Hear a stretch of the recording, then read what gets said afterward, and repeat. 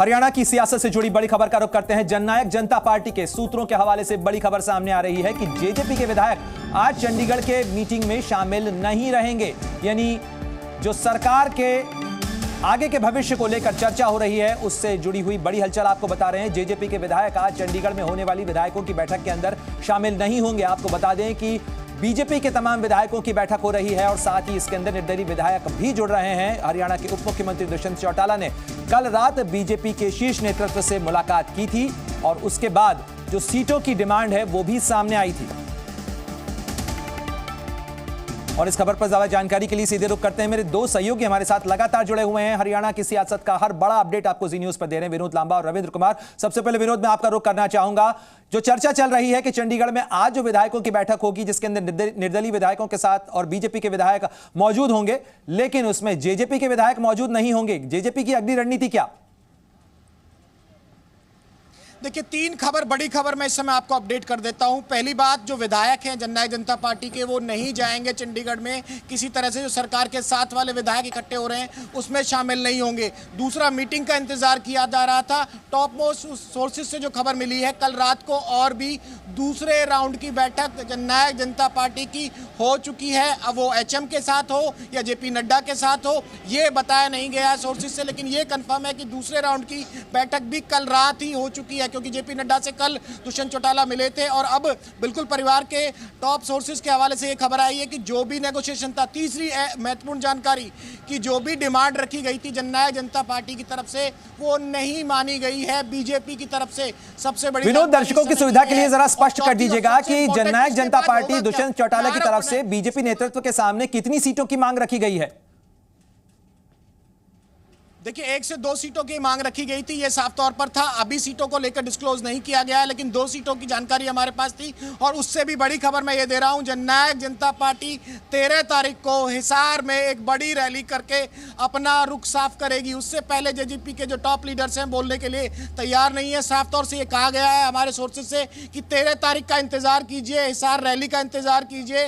Rally के मंच से जननायक जनता पार्टी अपना अगला जो रुख है वो साफ करेगी। इस वक्त की 4 बड़ी खबरें जननायक जनता पार्टी को लेकर, जो सारी चीजें थी, अब टॉप सोर्सेज ने साफ कर दी हैं। बिल्कुल विनोद, आप बने रहिए हमारे साथ में। रविंद्र भी लगातार हमारे साथ जुड़े हुए हैं। रविंद्र, अगर बात की जाए तो ऐसे में जबकि जेजेपी ये तय कर चुकी है, संकेत दे चुकी है कि अब उसके रास्ते अलग हो सकते हैं, ऐसे में बीजेपी के खेमे की तैयारियां क्या, और आज जो चंडीगढ़ में बैठक बुलाई गई है वो बैठक कहां होगी, कितनी बजे बैठक होगी और क्या कुछ इसकी रणनीति रहने वाली है?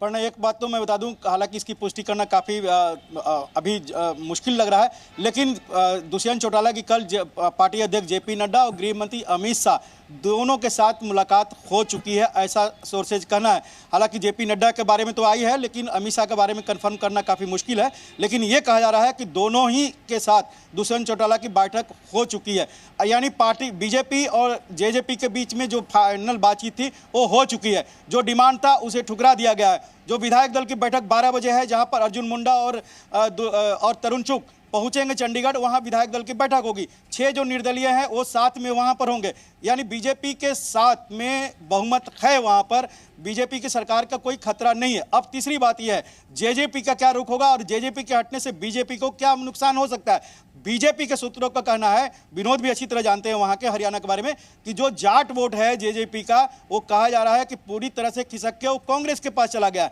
यानी जेजेपी का लोकसभा चुनाव में बीजेपी को सपोर्ट करने के लिए बेस ऐसा नहीं है जो बीजेपी उस पर निर्भर रहे। यानी गैर जाट जितना है एक कॉम्बिनेशन, उसको पार्टी अपनी तरफ कंसोलिडेट करेगी। और इसीलिए कहा जा रहा है कि अगर हरियाणा में नेतृत्व परिवर्तन होता है, रविंद्र, जो जाति समीकरण की आप बात कर रहे हैं, स्क्रीन पर हम दर्शकों को वो जाति समीकरण भी बता रहे हैं। 17% जाट वोट है हरियाणा के अंदर, जिसे काफी डिसाइसिव फैक्टर भी माना जाता है। इसके अलावा सवर्ण वोट 30% है हरियाणा के अंदर, ओबीसी वोट 24% है और एससी वोट 21% है।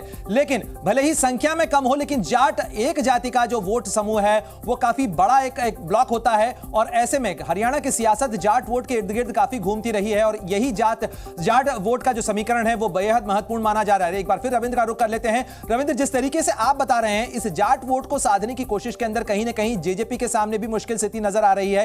लेकिन अगर बीजेपी की बात की जाए तो बीजेपी ऐसे में, जबकि ये चीजें साफ हो रही हैं, बीजेपी मुख्यमंत्री के तौर पर केंद्रीय नेतृत्व के का भी जो संकेत है वो आखिर नेतृत्व परिवर्तन को लेकर क्यों आ रहा है इस मामले को लेकर हरियाणा के अंदर? देखिए, दो तीन बातें हैं। ये सब जग जाहिर है कि मनोहर लाल खट्टर प्रधानमंत्री नरेंद्र मोदी के पसंद के थे, उनको मुख्यमंत्री बनाया गया। ये बीजेपी के भी मानना है और मनोहर लाल खट्टर भी इसको मानते हैं। लेकिन जब दो लोकसभा चुनाव होने हैं और विधानसभा वहाँ चुनाव होने हैं, ऐसे में जो वहाँ के कार्यकर्ता हैं या वहाँ के नेता हैं बीजेपी के, वो उनके नेतृत्व से या उनके नेतृत्व करने की क्षमता से बहुत ज़्यादा खुश नहीं है और उस नाराज़गी को कहीं वोट में नुकसान न हो जाए, और इसलिए बीजेपी झारखंड का उदाहरण को एक मील का पत्थर बांधते हुए मनोहर लाल खट्टर को हटाने की कोशिश करेगी, हटाने का फैसला लिया है। जब तक विधायक दल की बात नहीं हो जाती है तब तक कह सकते हैं कि यह फैसला लगभग ले लिया गया है।